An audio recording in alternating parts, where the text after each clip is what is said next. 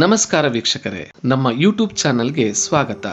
ಪ್ರಸಕ್ತ ವಿದ್ಯಮಾನಗಳನ್ನು ನಿಯಮಿತವಾಗಿ ನಿಮ್ಮ ಮುಂದೆ ತರುವ ಪ್ರಯತ್ನ ಇಲ್ಲಿ ಮಾಡುತ್ತಿದ್ದೇವೆ. ಇವತ್ತು ನಿಮಗೆ ಒಂದು ಐತಿಹಾಸಿಕ ಸ್ಥಳದ ಬಗ್ಗೆ ಮಾಹಿತಿ ನೀಡಲು ಪ್ರಯತ್ನಿಸುತ್ತಿದ್ದೇವೆ. ಯಾವುದು ಆ ಐತಿಹಾಸಿಕ ಸ್ಥಳ ಅಂತೀರಾ? ಅದೇ ಶಿರವಾಳ.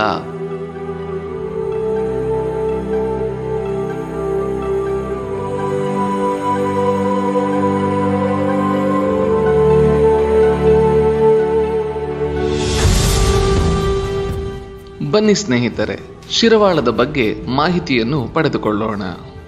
ಕರ್ನಾಟಕದ ಯಾದಗಿರಿ ಜಿಲ್ಲೆ ಶಹಾಪುರ ತಾಲೂಕಿನ ಶಿರವಾಳ ಗ್ರಾಮ ರಾಷ್ಟ್ರಕೂಟರ ನಾಡಿನಲ್ಲಿ ಎರಡನೇ ಹಂಪಿ, ದಕ್ಷಿಣ ವಾರಣಾಸಿ ಮತ್ತು ಧರ್ಮದ ಮನೆ, ದೇವಾಲಯಗಳ ತವರು ಎಂದು ವಿವರಿಸಲಾಗಿದೆ.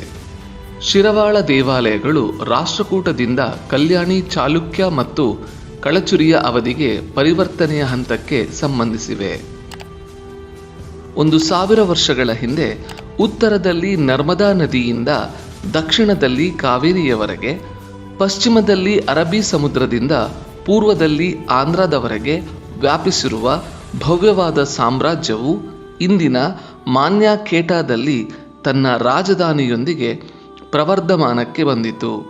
ಸೇಡಂ ತಾಲೂಕಿನ ಮಾನ್ಯಖೇಟಾದಲ್ಲಿ ಭೀಮಾ ನದಿಯ ದಡದಲ್ಲಿರುವ ಕಾಡುವ ಸುಂದರ ಅವಶೇಷಗಳನ್ನು ನೋಡಿದರೆ ರಾಷ್ಟ್ರಕೂಟ ರಾಜವಂಶದ ಹಿರಿಮೆಯನ್ನು ಊಹಿಸಬಹುದು. 8ರಿಂದ 10ನೇ ಶತಮಾನದವರೆಗಿನ ಕರ್ನಾಟಕದ ಇತಿಹಾಸದಲ್ಲಿ ಒಂದು ಅದ್ಭುತವಾದ ಯುಗವನ್ನು ನೆನಪಿಸುವ ರಾಷ್ಟ್ರಕೂಟರ ರಾಜಧಾನಿ ಮಾನ್ಯಖೇಟ.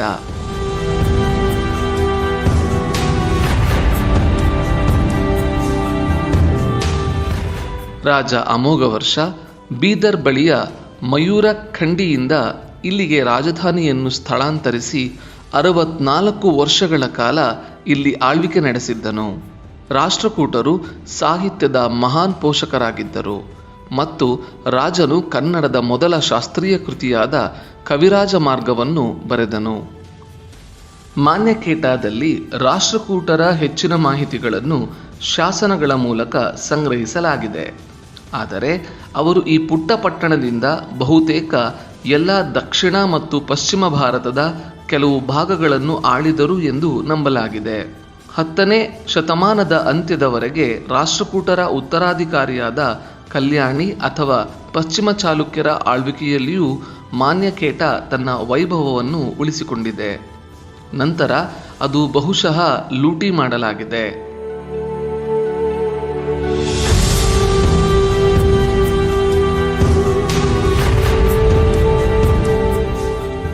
ಶಿರವಾಳ ಹೊಳೆಯುವ ರಚನೆಗಳನ್ನು ಹೊಂದಿರುವ ಬಾವಿಗಳು, ಸಾಮ್ರಾಜ್ಯಗಳು ಭೂಮಿ ಮತ್ತು ಸಂಪತ್ತುಗಳಿಗಾಗಿ ಘರ್ಷಣೆಗೆ ಒಳಗಾಗಿದ್ದವು. ಅಲ್ಲಿ ಪ್ರತಿಯೊಂದು ಭೂಮಿಯು ತನ್ನದೇ ಆದ ಕಥೆಯನ್ನು ಹೊಂದಿದೆ. ದೇವಾಲಯಗಳು. ಶಿರವಾಳ ಇದು ಇನ್ನೊಂದು ಹಂಪಿಯಂತಿದೆ.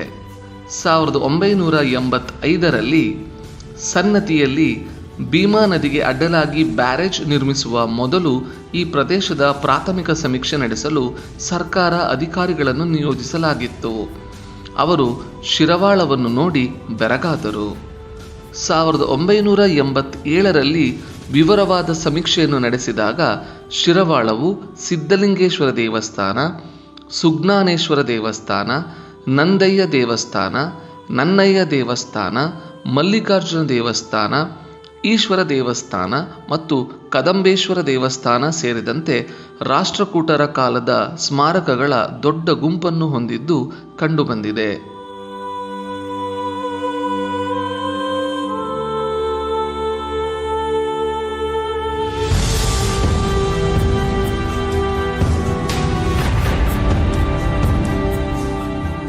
ಶಿರವಾಳದಲ್ಲಿ ಶಾಂತಲಿಂಗೇಶ್ವರ ದೇವಾಲಯ ಇದೆ. ಇದು ಮೂಲತಃ ಶಾಂತಮುತ್ತಯ್ಯ ದೇವಾಲಯ.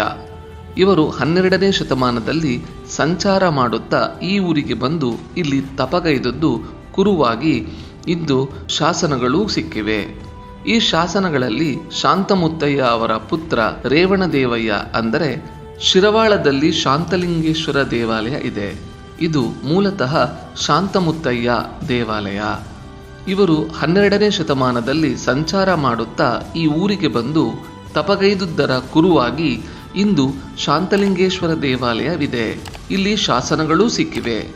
ಈ ಶಾಸನಗಳಲ್ಲಿ ಶಾಂತಮುತ್ತಯ್ಯ ಪುತ್ರ ರೇವಣದೇವಯ್ಯ ಅಂದರೆ ಶ್ರೀ ರೇವಣಸಿದ್ದೇಶ್ವರರ ತಂದೆಯೇ ಈ ಶಾಂತಮುತ್ತಯ್ಯ ಒಡೆಯರ್ ಎಂದು ಹೇಳುತ್ತದೆ. ಈ ರೇವಣಸಿದ್ದೇಶ್ವರ ಮಗನೇ ಘನಲಿಂಗ ರುದ್ರಮುನಿ ಶಿವಯೋಗಿ. ಇವರ ಮೂಲ ಸ್ಥಳ ಬಿಜಾಪುರ ಜಿಲ್ಲೆಯ ಮುದ್ದೇಬಿಹಾಳ ತಾಲೂಕಿನ ಐತಿಹಾಸಿಕ ಗ್ರಾಮ ಸರೂರ.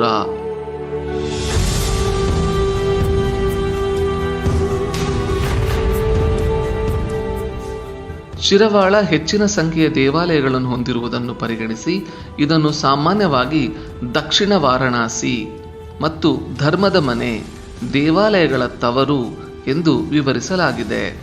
ಶಿರವಾಳ ಚಾಲುಕ್ಯರ ಅವಧಿಯಲ್ಲಿ ಒಂದು ಪ್ರಮುಖ ಪಟ್ಟಣವಾಗಿ ಮುಂದುವರಿಯಿತು. ಶಾಸನ ಭೂಲೋಕಮಲ್ಲ ಸೋಮೇಶ್ವರ ಉಲ್ಲೇಖಿಸುತ್ತದೆ ಮಹಾಮಂಡಲೇಶ್ವರ ಸೋಮಿದೇವರಸ ಯಲಮೇಲದ ಶಿಲಹಾರ ಕುಟುಂಬದ ಸೋಮಿದೇವರಸನು ಹೊಂದಿರುವಂತೆ ಕಂಡುಬರುತ್ತದೆ. ಶಿರವಾಳವನ್ನು ಆಳುತ್ತಿದ್ದನು. ಶಾಸನಗಳಲ್ಲಿ ಶಿರಿವೊಲಾಲ್ ಎಂದು ಉಲ್ಲೇಖಿಸಲಾಗಿದೆ. ಈ ಪಟ್ಟಣವು ಪ್ರಸಿದ್ಧ ಶೈವ ಕೇಂದ್ರವಾಗಿತ್ತು ಮತ್ತು ದಕ್ಷಿಣ ವಾರಣಾಸಿ ಮೊದಲ ಅಥವಾ ಮೊದಲಿನ ಆದಿಪಟ್ಟಣ ಪುರಾತತ್ವಶಾಸ್ತ್ರಗಳಲ್ಲಿ ಈ ಸ್ಥಳವು ಉಳಿದಿದೆ.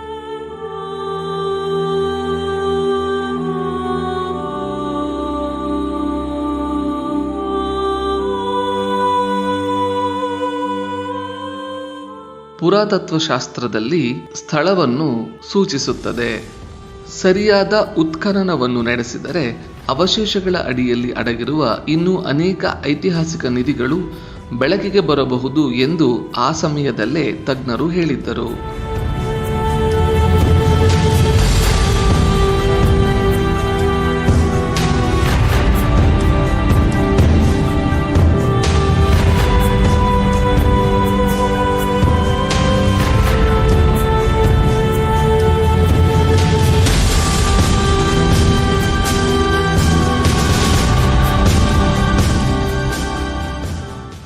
ಇಲ್ಲಿಗೆ ಈ ಸಂಚಿಕೆಯನ್ನು ಮುಗಿಸುತ್ತಿದ್ದೇವೆ. ಹೊಸ ಸಂಚಿಕೆಯೊಂದಿಗೆ ಮತ್ತೆ ನಿಮ್ಮ ಮುಂದೆ ಬರುತ್ತೇವೆ. ಧನ್ಯವಾದ.